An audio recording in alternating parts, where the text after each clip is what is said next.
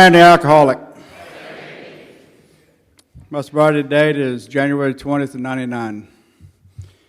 I'd like to open the meeting with a moment of silence followed by the serenity prayer. Serenity prayer. God, grant me the serenity to experience the things I cannot change, courage to change the things I can, and the wisdom to know the difference. Our preamble. Alcoholics Anonymous is the fellowship of men and women who share their experience, strength, and hope with each other that they may solve their common problem and help others to recover from alcoholism. The only requirement for membership is a desire to stop drinking. There are no dues or fees for AA membership. We're self-supporting through our own contributions. AA is not allied with any sect, denomination, politics, organization, or institution. It does not wish to engage in any controversy. Neither endorses nor opposes any causes. Our primary purpose is to stay sober and to help other alcoholics achieve sobriety. Tonight I've got the honor to introduce our speaker. One of the very first things I learned yesterday when I picked him up from the airport was his sobriety date.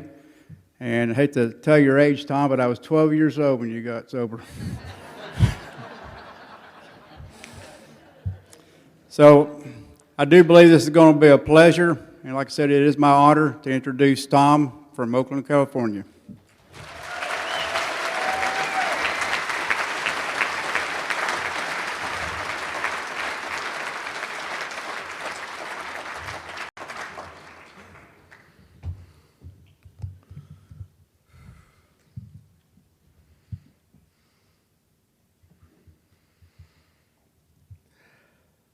My name is Tom, and I am an alcoholic. And I'm glad to be here. Thanks so much for the invitation.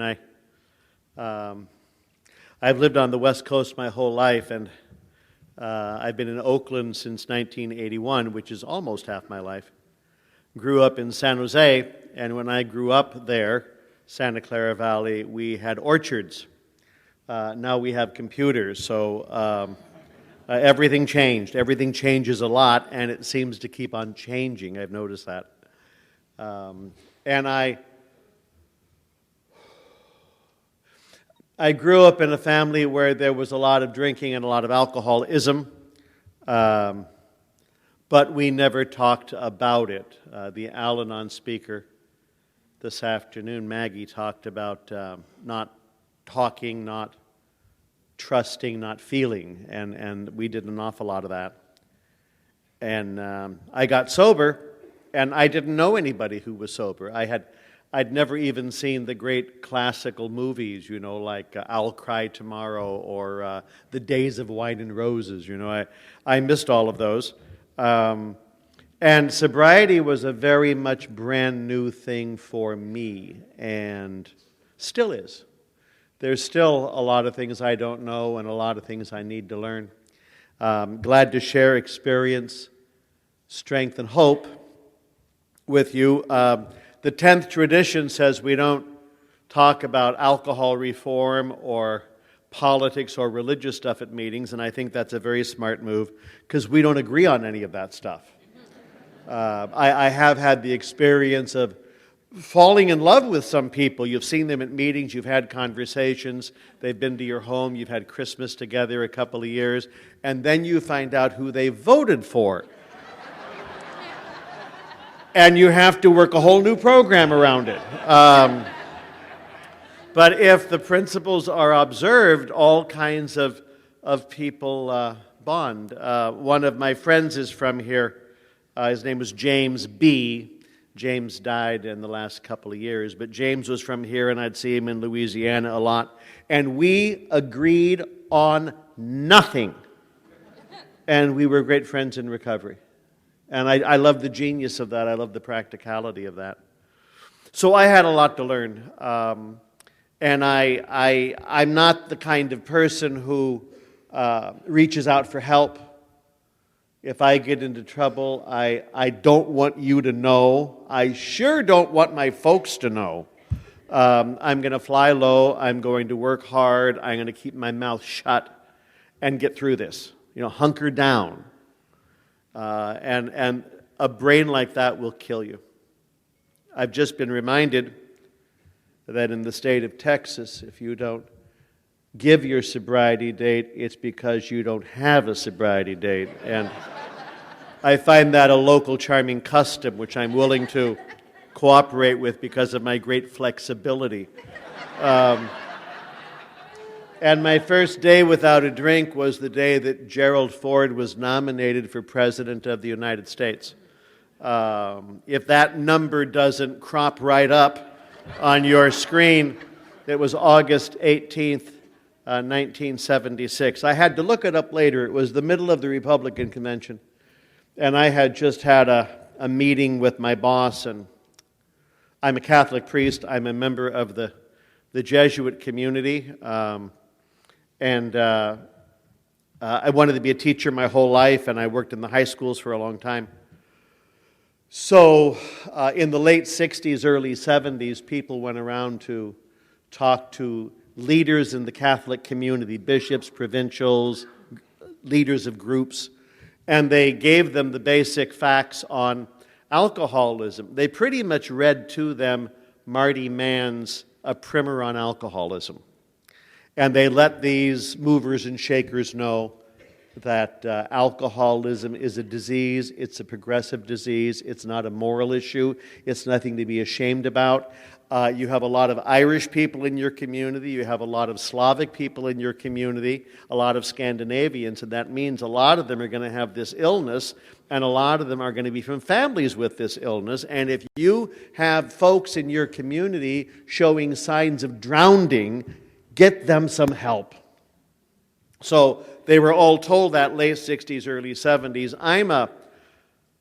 At least early in the evening, I'm a very friendly alcoholic. I have a lot to say, and I will hold forth on politics and religion. I have very strong ideas, and you're wrong. And I had a way of doing that, I thought with great charm, but others disagreed. And friends of mine knew I was in trouble and had been for a year, but had been for several years. But here's my pattern. As I got into trouble, I hid more. I was studying theology at Berkeley, and a former student was a freshman at Cal Berkeley. We're all on the same block there. And I and a friend went to visit Charlie. Good kid. Both parents in the program. I didn't know that then.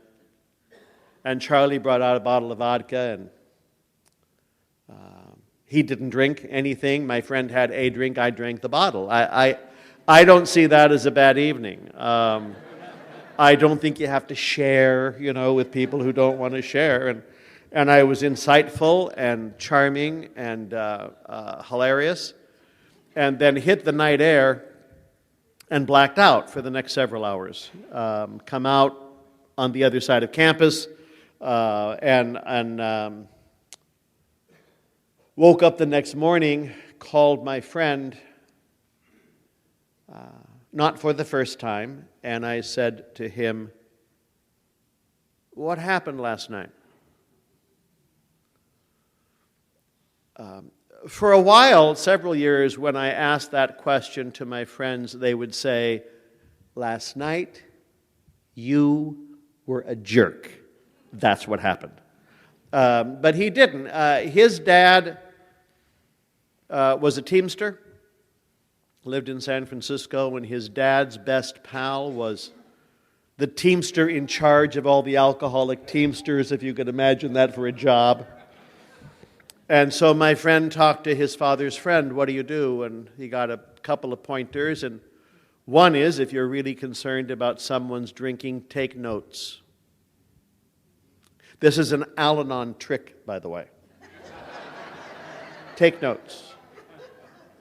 Date, time, place, this happened, that happened, this happened, that happened. So you just don't say something like, "You were a jerk." You say, "You did this, and you did that, and you did this, and then you said." So my friend asked the trick question, "What's the last thing you remember?"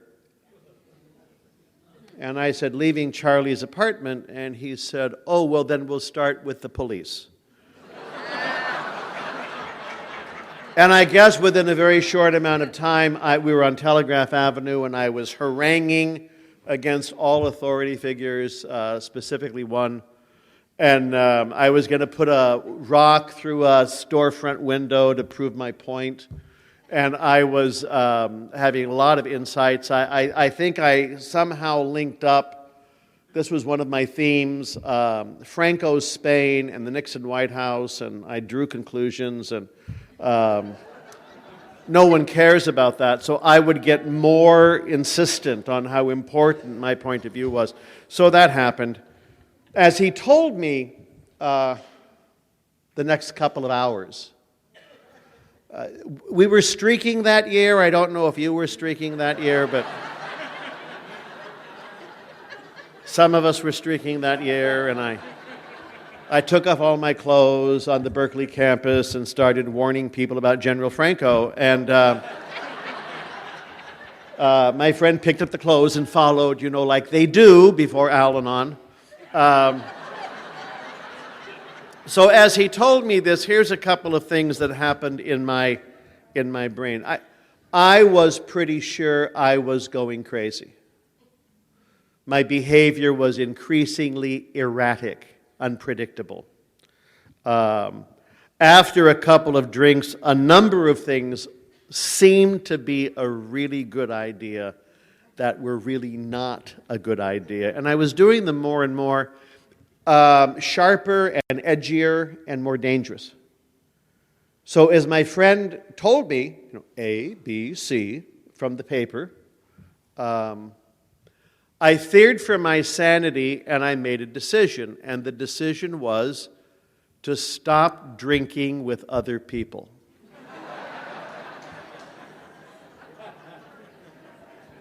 Who needs witnesses? Who needs evidence? So I publicly wasn't drinking. And we were at the Graduate Theological Union where I was studying. We had, I think, 12 different schools and 9 different denominations. You studied together, which is a very good place to learn. And we were at the Jesuit school, and the people at the Episcopal school invited us over for a social. A social. And I went, a whole bunch of us went, and it was little cut-up cheese things, and toothpicks, and sherry. Episcopalians, Sherry. And I had fruit, I have no interest in drinking sherry, thank you very much. And I hadn't had a drink in probably a couple of weeks or a month at this time. And I'm standing next to my friend, and the nice young Episcopal seminarian is coming around with a tray of sherry, and my friend turned to me, and I had no interest, no desire. My friend turned to me and said, "It's not my drink."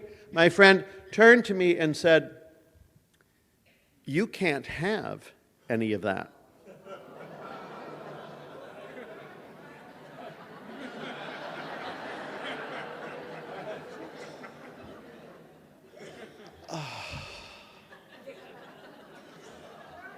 It's so good to talk to a room of people who understand, And I reached out and got one of those little syrupy, sweety, sherry things, slammed it down, and I think I may have had one more. The evening gets fun, but my independence and masculinity was proven. And then I knew I had to get out of there, and I went and I got a bottle of bourbon, and to quote Dr. Bob, finished the job. And I entered a period of sneakiness, not drinking in public, sneaking it, mixing things like scotch and milk, which it's not recommended. But if you're drinking milk, they don't think there's scotch in there. They're not bright. And I did some, iced tea and vodka. I mean, all the things you do. And I had a drinking dream. They show up, I was sober just a little bit and I was getting these and they scared me. Is this a prediction, Like in Matthew's gospel, a dream happened about something coming down and now what? I asked my sponsor when I had about 2 years of sobriety about drinking dreams. They were my own secret, private little anxiety until that point. And I wanted to ask him about drinking dreams, but I was afraid. Well, it means you are very bad. And you have to write the big book out in longhand. That's what you have to do. And see, I'm not interested in that kind of a program.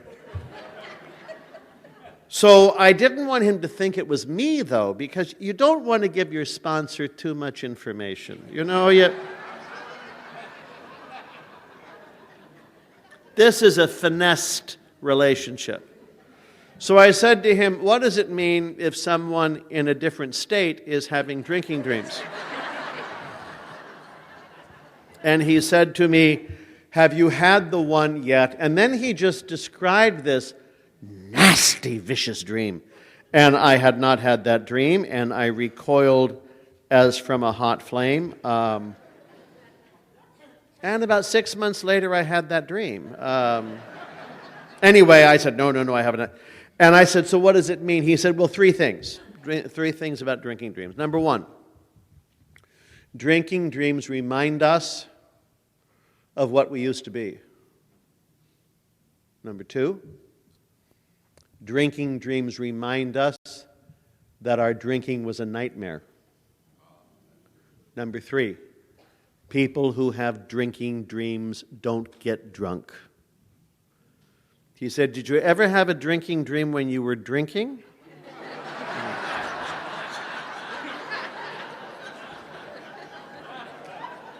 Now that you mention it, no.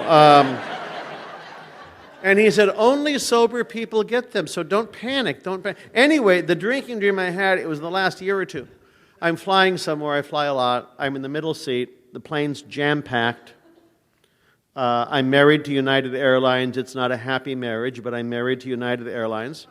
Middle seat. On the floor by my right foot, I have a glass. It's either Chardonnay or Chablis, hard to tell, but it's one of them. An elegant white wine. And I make sure no one's looking. Reach down, take a sip, put it back down. Don't get drunk, but I wake up right away, and the feelings are very, very strong in the dream. It's about being a sneak. It's about being dishonest. It's about being compromised. It's about letting no one know the whole story. And it was so vivid, I knew I had to do a little writing about that just to remember that, and then to share that with a couple of people.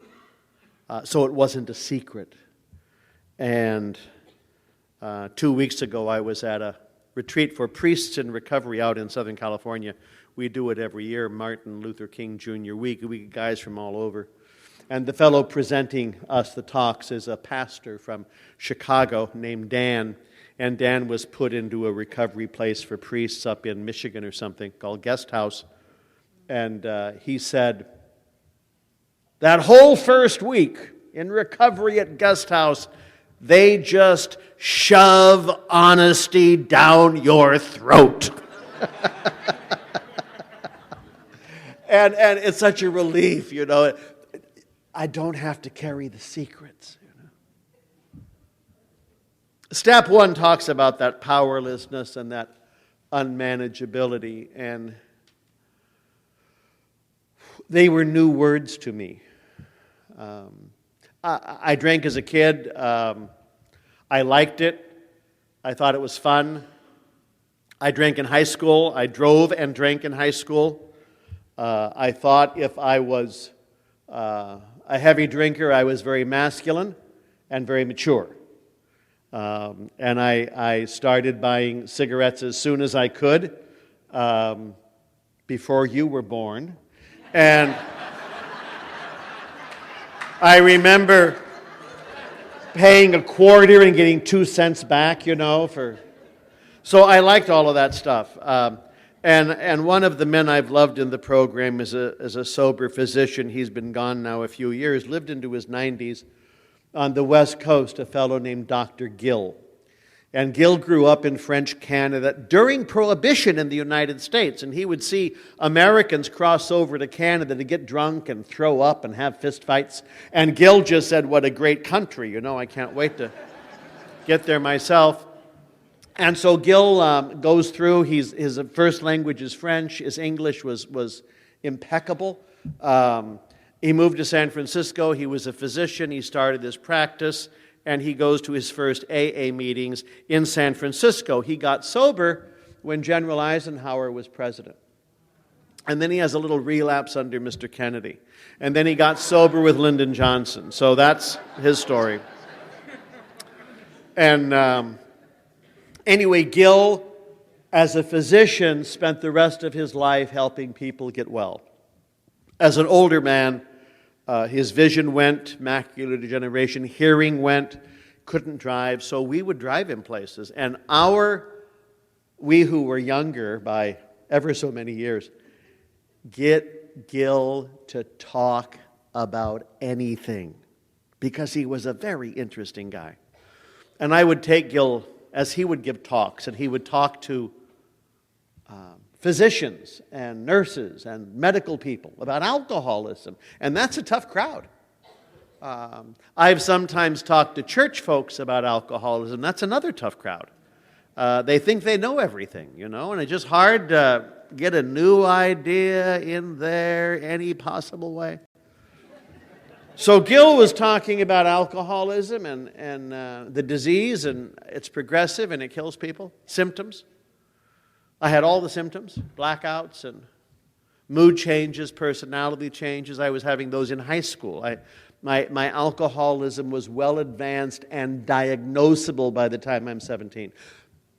Anyway, this lady asked a question, and she said, well, Dr.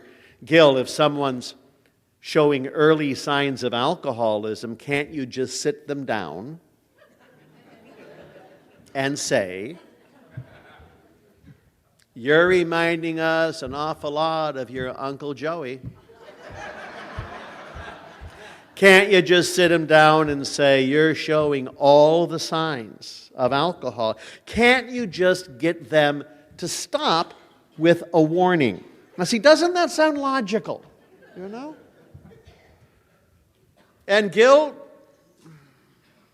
said the problem with that approach is it doesn't work. And the reason it doesn't work is because alcoholism is a disease with 3 distinct phases to it.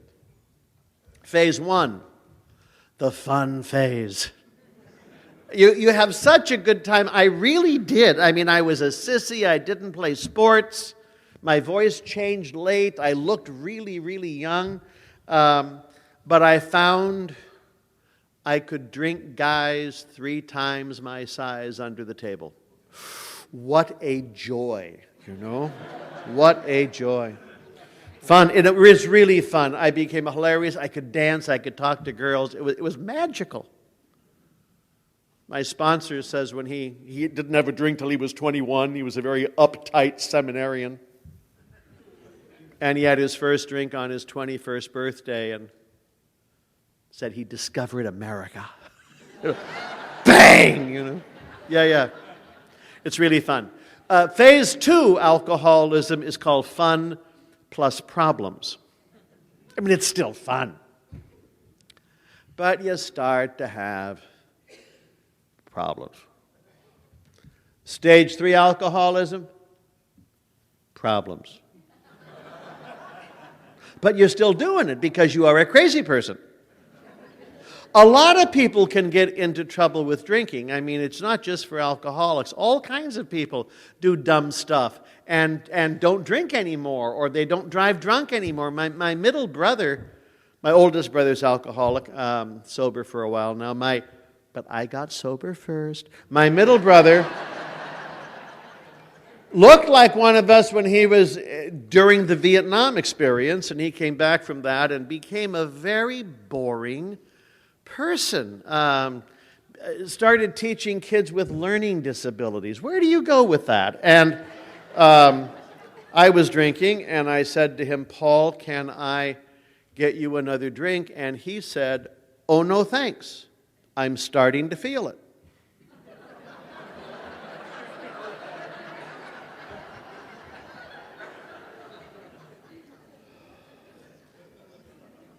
I felt chilled, you know. And I said to him, Paul, the point is to feel it. We get on the horse to ride. But he really isn't interested at all, and it's quite embarrassing.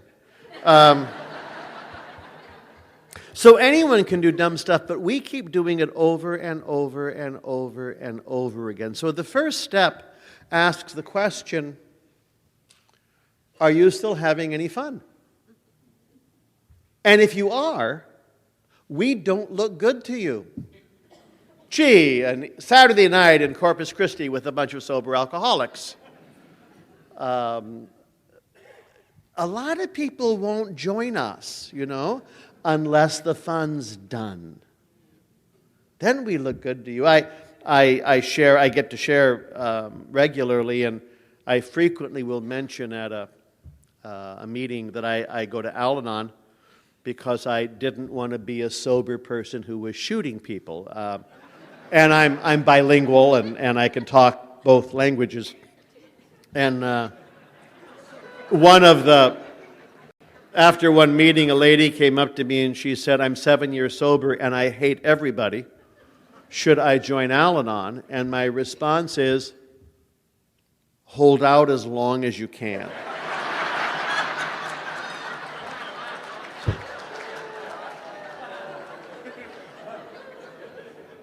Because you have to have the gift of desperation, or you don't identify. If you still have dignity and self-respect, you know, what are you doing here, you know? No, come in beaten up. We love you right away. We know who you are. So glad to see you. Desperate.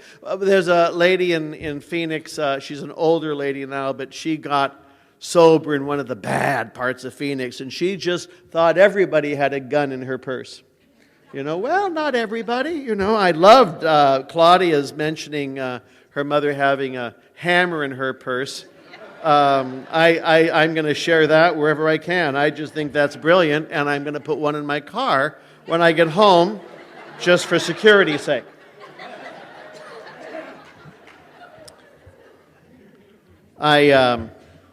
I was intervened on. We had a new boss, and I was his first alcoholic. He was nervous, I was nervous. But it was time. It really was time. I was done. I just didn't have any fight left in me, and I'd been fighting for a long time. Lots of half-truths, two-thirds of the truth, tell you apart, tell you apart, tell you apart, but no one can hear the whole story. So I went into a 3-week treatment program in Berkeley, and I got out on a Friday and started my third year of studies on a Monday and went to a zillion meetings. The community that I was in were very, very supportive, and they've regularly checked in on that over the years. Do you feel supported enough? More than one boss has asked me that question. And whenever I go to see the boss, I mean, I'm ready to be expelled or yelled at or fined. Do you feel supported enough? It just throws you. Anyway, I started going to meetings. And I liked meetings. One of the reasons I'm still alive is I liked meetings. And the kind of meetings we had where I got sober, they were round-robin discussion meetings, a lot of those, some big book discussion meetings. We didn't have the Southern California razzle-dazzle, huge meetings, many speak. We didn't do that at all. We didn't even talk to those people. But meetings helped, and I don't know if I went to 90 meetings in 90 days, but I went to a lot of meetings, and there were times I went to 3 meetings. In one of the fellowships in the Bay Area, in the East Bay, they had a Saturday night, Friday night, a meeting at 6 p.m., 8 p.m., 10 p.m., and then midnight. And there were times I was there for 3 of the 4 because I didn't know what else to do. Now that I'm not drinking, what do you do? Feelings started coming up. That's always a crisis. Went right back into therapy. I'm having feelings. Is there something you can do?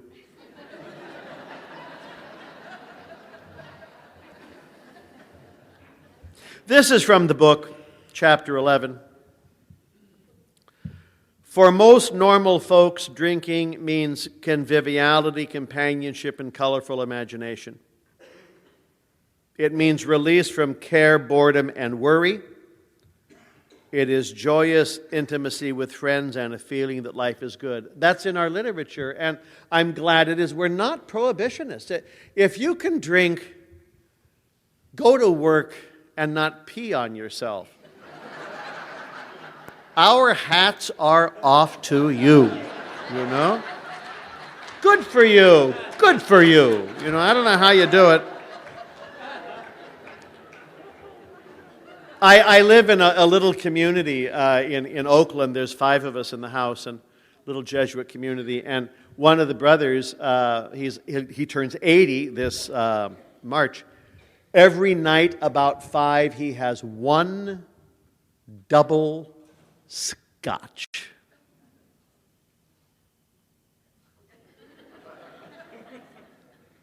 And I found myself staring at him like a cat watches somebody eating a tuna fish sandwich,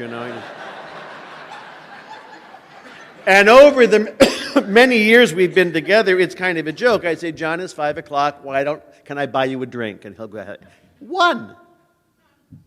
Another guy, he trains hospice care workers, and he was out and came home and fixed something to eat, and he poured a glass of white wine and didn't drink any of it and went to bed.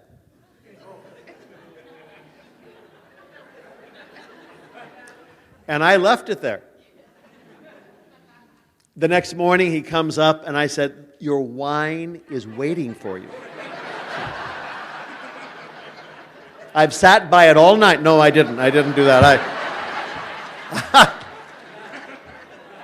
But I tell him, if you don't have the discipline to be an alcoholic, it's not shameful, but it is embarrassing. But a lot of people, anyway, Bill writes, but not so with us in those last days of heavy drinking. The old pleasures were gone. They were but memories. Never could we recapture the great moments of the past. There was an insistent yearning to enjoy life as we once did, and a heartbreaking obsession that a new miracle of control would enable us to do it. There was always one more attempt and one more failure, and that is the story of my drinking. The less people tolerated us, the more we withdrew from society, from life itself, as we became subjects of King Alcohol, shivering denizens of his mad realm. The chilling vapor that is loneliness settled down. It thickened, ever becoming blacker. Some of us sought out sordid places, hoping to find understanding, companionship, and approval. Momentarily we did, then would come oblivion and the awful awakening to face the hideous 4 horsemen: terror, bewilderment, frustration, despair. Then Bill writes, unhappy drinkers who read this page will understand. Now, I've been going to a lot of meetings I was maybe 9 or 10 or 11 months sober. I was at a meeting in Berkeley, and I heard this page.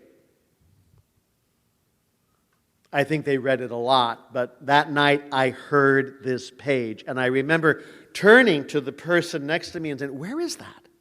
You know? Because this is the first page of the book I identified with. I mean, war fever ran high in the New England town. Give me a break.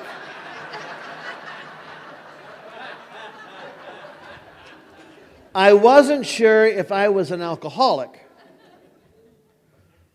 but I sure was an unhappy drinker. And I understood this page. Now and then, a serious drinker, being dry at the moment, says, "I don't miss it at all, feel better, work better, having a better time." As ex-problem drinkers, we smile at such a sally. A sally. I think when Bill wrote parts of the book, he was using Roget's Thesaurus, you know. Teachers know this book. It's sophomores in high school get it. It's to help build vocabulary. So it's a treasury of words. Big, large, enormous, huge. And the further along the list, the more remote the word is. And right at the end of this list is the word Sally. And it means an attempt or an effort. We smile at such an attempt or experience or effort. This is the last time this word has been used in the English language in anything that's been printed. So we know our friend is like a boy whistling in the dark to keep up his spirits. He fools himself. Inwardly, he would give anything to take half a dozen drinks. Oh, no, it's not one. I have some very odd little friends. And they say, "Don't you miss a nice glass of red wine with a good Italian meal?" And you have to sit them down and explain. I don't want a glass of red wine at any time. I do not have wine with my food. I have food with my wine if I get around to the food. You know, but your priorities are very weird to me.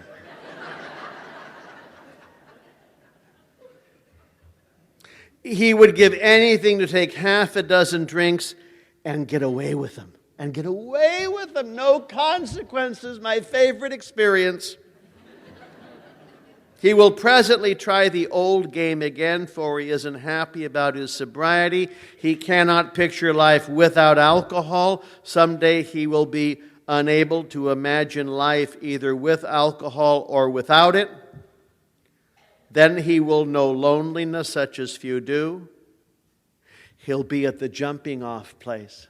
I always thought that was a San Francisco reference. We have a bridge that a lot of us look at a lot. He'll wish for the end. And then Bill writes 9 words. We have shown how we got out from under.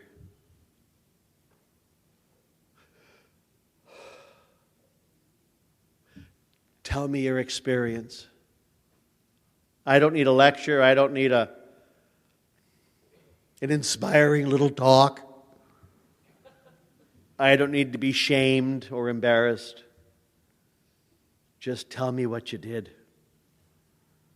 On page 449 of the 4th edition, the fellow there says, just in a quick paragraph, woman dragged this guy out of line and told him her story. And he says, no one had ever done this with me before. I have been preached to, analyzed, cursed, and counseled. But no one had ever said, I identify with what's going on with you. It happened to me, and this is what I did about it. And she got me to a meeting that night. I have been to meetings where I've been lectured, and I get thirsty.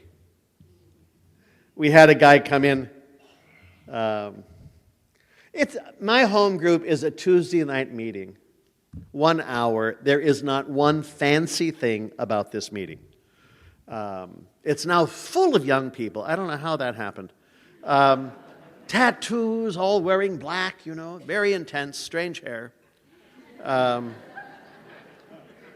And we had an Indian talking to us from India, sober 12 years. That was last Tuesday night. Just amazing. Well, this fellow stood up and said, you share for 10 minutes, 12 minutes, and then there's a discussion. He said, I'm not going to tell you my story. And then he said, I'm going to tell you what the big book says. He did it just like that. Oh, I got thirsty. I wanted a beer. I wanted to crack the beer. I wanted to drain it, staring him in the eye. That's what I did.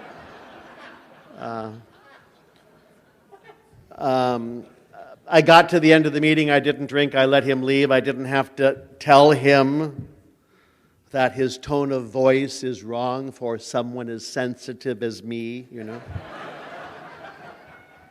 But when someone shares experience, strength, and hope, I get it. The fellow who shared Tuesday night talked about being a nerdy guy and a very uptight guy and a lot of rules and regulations, and all the people in his family were going to be doctors and stuff, and that worked fine until he had a first drink at 15, and then he becomes a lunatic.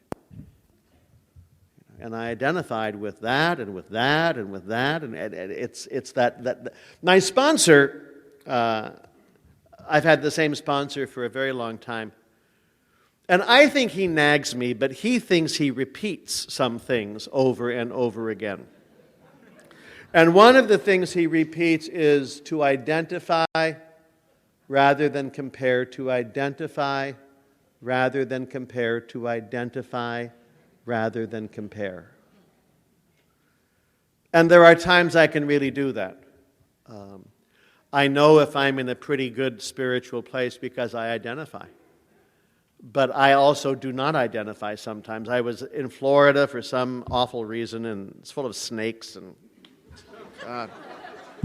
malaria and crocodiles. It's just a terrifying place. And I flew back across the country, and I didn't sleep well there once because of the snake problem. And did I mention diphtheria? I mean, it's just down the hall, and oh man. So I hadn't slept well in a couple of days, and it was a long flight across the country, and you change planes, and who knows where, and then you get home, and there's a Monday afternoon old-timers meeting, and I went there at 1 o'clock. I've been there for 25 years or so. And I sat down, and I didn't sleep well the night before, and I hated everybody in the room. And the person chairing had one of those soft little voices, and you can't hear. And then she called on several other soft-voiced people, and you can't hear. And I'm sure that has nothing to do with the fact that I'm 71. And I got angrier and angrier, and I just realized, it took me about half an hour, 40 minutes before I realized I was the problem. I wasn't hungry, but I was angry and tired. And everything that was being said went through that filter. And I quietly got up and left and went to bed.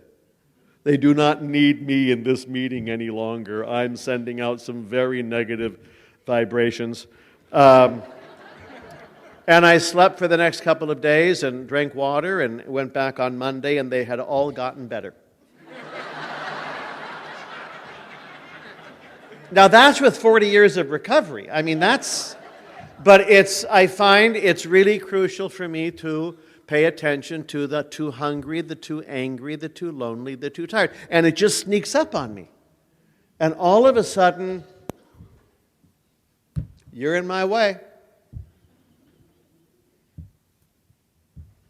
And this is a program of action. You know?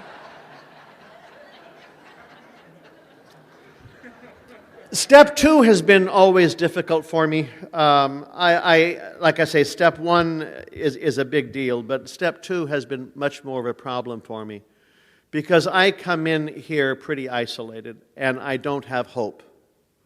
In the 12 and 12, Bill writes about step 2 is faith, belief, faith, belief, faith, belief. And I've never liked that chapter. It's not my experience. I had faith. I had belief. I can do this in Latin, Greek, and English, and I was drunk. My problem was not information. I had wonderful information, good education. My problem was I am unique, special, and different. And what works for you is not going to work for me. It works for you because you are simple, well-intentioned people, but I am a complicated person. And I went to meetings, and I went to meetings, and I went to meetings, and one day, 9 or 10 months sober, I felt a little bit of hope. That the program works for anybody in the room, and I'm in the room. And I felt the door open just a little bit for me. I was 20 years sober. I thought I'd take a week off and go into a monastery in New Mexico.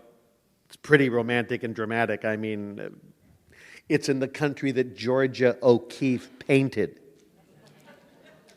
And you say, oh, what a great imagination she has, until you understand, no, that's what it looks like in that part of the country. That's not imagination.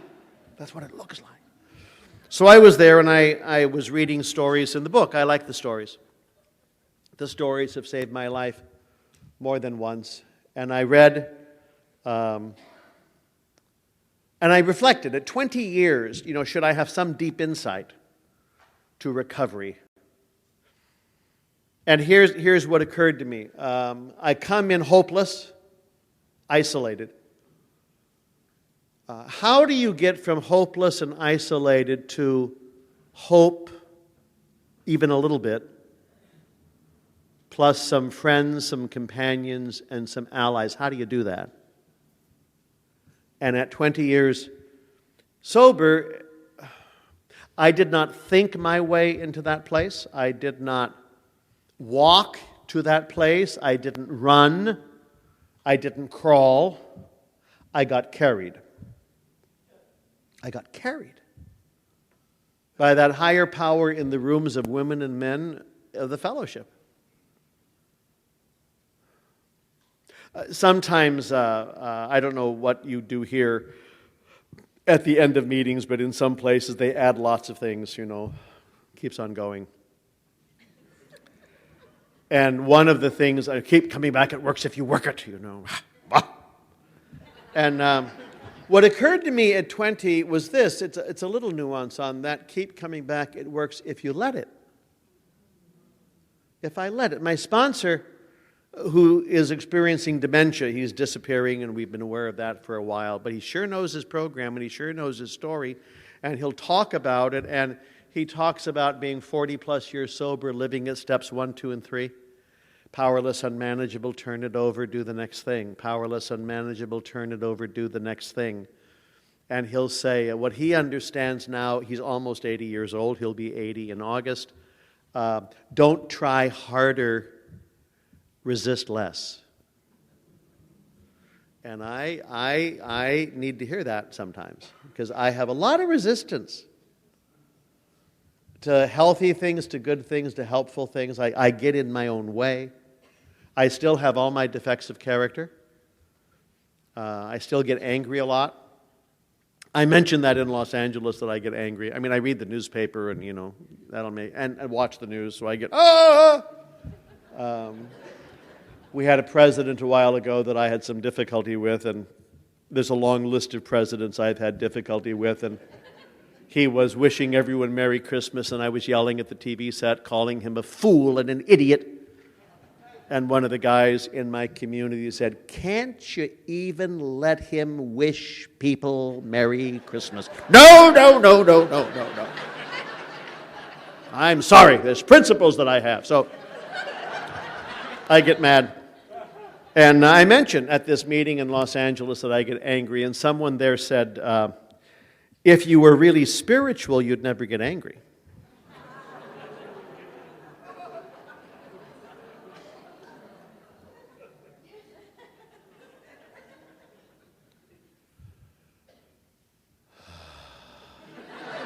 And each year of recovery gives you 1 second of response time. That's the real thing. And I said to this person, that's very helpful. Which is sarcasm. But it's better than what I was going to say. Which is you're an idiot. See? And I asked my sponsor, we asked to have the defects of character removed. Why do I still have them? And he said, we asked to have them removed. We do not ask to have them erased. And you can move stuff over there, and it stays there very nicely until there's some upset or turmoil, or you're too hungry, angry, lonely, and tired, and they'll move right back. Boom! And you have to deal with them again. I find as an older person, I am closer to 80 than 50. The 10th step is a lifesaver for me. I'm wrong a lot. And I'm grateful for that tool. I don't have to get defensive when I'm wrong. I can admit when I'm wrong. We have no opinion on any other outside issues, but there are some countries that could use a national 10th step. Instead of everyone's problem is your fault, how about let's do this together and see what we can work out? I mean, it's shocking. And sometimes when I've had bad juju with someone, it's because of me. My big mouth, I drew conclusions, I jumped to conclusions, which is not exercise. I got overly suspicious. I dropped the ball. I forgot to get it in. I cleared off part of my desk last week, and I found some stuff that was historically interesting. And there were some checks that really should have been mailed a while ago. And I made a few phone calls, and I said, the check is in the mail today. I want you to know it really is. In fact, I'm bringing it down there right now. And I forgot. I'm wrong a lot. I mishear things. I misplace things. I misjudge things. I'm careless. So I'm glad the program is very, very practical, and I'm glad it allows me to experience life and not blame you for everything. I find I saw Joe earlier today, and Joe reminded me of a story that I haven't told in a while, so I'll tell it tonight. So I'm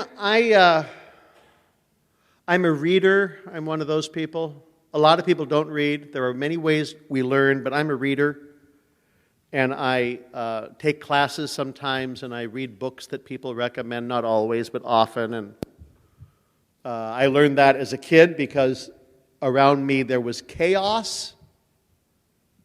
And if I read, they left me alone. And I'm curious, and years ago I took a course in what's it like to be Jewish from an Orthodox rabbi in Berkeley, a man named Joseph Leibowitz. And he was, I'm a teacher, teachers spot good teachers. And he had a way of explaining things, and the people in the class were people who had kind of been ethnically Jewish, kind of pastrami Jewish, but had never done anything more, than pastrami. So they wanted to deepen their connections with their roots. Others were converting. They were interested in joining the group. And then there was me, and I met him right away, and I told him I was a priest. So if a question about Christianity came up, he would defer to me, thinking I would know more, but frequently he knew more because he was a very good teacher. So I listened, and it was Tuesday nights, and he would talk for a while, Moses, Noah, all that stuff. And then he'd take questions. And there's a rabbinical way of educating, which is answering questions by asking questions. I mean, that's a 1,000-years-old tradition. You don't memorize the answer. You throw back a question. And one of the people in the class said, Rabbi, what is a blessing? What's a blessing? Bless this, bless that. And he stopped and fooled with his beard a bit, which is why we have beards. And if you don't answer with a question, you tell a story. That's another way of teaching. So the rabbi said, when God created in 6 days, and at the end of each day of creation, God looked at what God had made and said, this is good, this is good. So the sun, moon, stars, good. Dry land, good. Cows, avocados, good. And on the last day, God creates the human being and doesn't say anything. And then he said, any conclusions? And someone said, people are no good. He said, well, he said, that's a conclusion. He said, but that's a bad translation. English, a good day, a good book, the good book, for a good time call. He said, English? He said, in Hebrew, and then he looked over at me and said, which is what God spoke.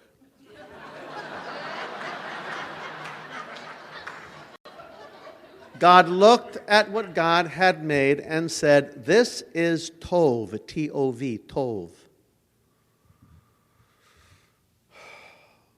It's whole, it's entire, it's the way it's supposed to be. Cows, goats, avocados, sun, moon, stars are Tov. He said, but people aren't created complete. People aren't created whole. People are created with a lot of empty spaces and things that grow and evolve and develop. People are, you're born male, it takes a lifetime of decisions and experiences to become a man. You're born female, it takes a lifetime of experiences and decisions to become a woman. You're born male, female, it takes a lifetime of decisions and experiences to become a human being. And then he said, as you're trudging the road of happy destiny, as you're living, as you're on pilgrimage, as you're doing the journey, anything that gets in front of you and drags you into the next scene, anything that gets behind you and pushes you ahead, anything that gets down deep inside of you where it's tiny and brittle and dark and cold and pushes and shoves until suddenly there's a lot more room. Anything that does that is a blessing. And he says sometimes blessings don't feel very good. And sometimes you don't know it's a blessing until years later, when you look back on something that you thought would kill you, and you found out that it opened up doors you never knew were there. And that's when I first understood my alcoholism to be a blessing. Because it found me brittle and angry and scared and bigoted and suspicious and overwhelmed. And through the grace of the program and the fellowship and working some steps that helped me deal with some of those things and asking God for help, it's better today. I mean, all that stuff's still there, but it's better today. I think I'm more of an alcoholic today than when I had my last drink. And I know one of the other things I have to remember is I know the program. I mean, if you go to 90 meetings in 90 days, you know the program. I need to remember what I know. I need to remember to get to the 1 o'clock meeting. I need to remember to get to the 6 o'clock meeting. I need to remember to return phone calls. I need to remember to check in with my sponsor. I need to remember to ask God for help. And sometimes I do it easily, and sometimes it just doesn't even occur to me, you know? I have a tiny problem with self-obsession. And if I'm not careful, I am thinking about me all day long. So there's some reading that I do, there's some spiritual practice that I do, there's some recovery stuff that I do that breaks up that endless self-fascination and gets me to connect with the larger world, and that is the program of Alcoholics Anonymous. I am grateful. The man who intervened on me, his name was James Hanley, and he just passed this last year in his 80s, late 80s, leukemia. And he'd known me for years. He saw me as a drunk. He helped me get sober, and he was always kindly and supportive. And when I hit 30 years sober, I started calling him on my birthday, thanking him. And I always cried. And I was so embarrassed every year. I'm not going to cry this time. And then I would just cry and hang up. But he knew it was me. And this last year, he was doing chemo for leukemia and decided to stop that. And I went to see him. And I wanted to thank him face to face. And I just cried. Thank you for saving my life. And he's just, there. He's an old guy. And he just listened. And then he passed when it was his time to pass. We are gifted when we know we share the planet with such good folks. And there's lots to do. I'm very glad to be in Texas. I'm very glad to be here this weekend. I'm grateful for the community in Corpus Christi. And that's all I know. Thanks a lot.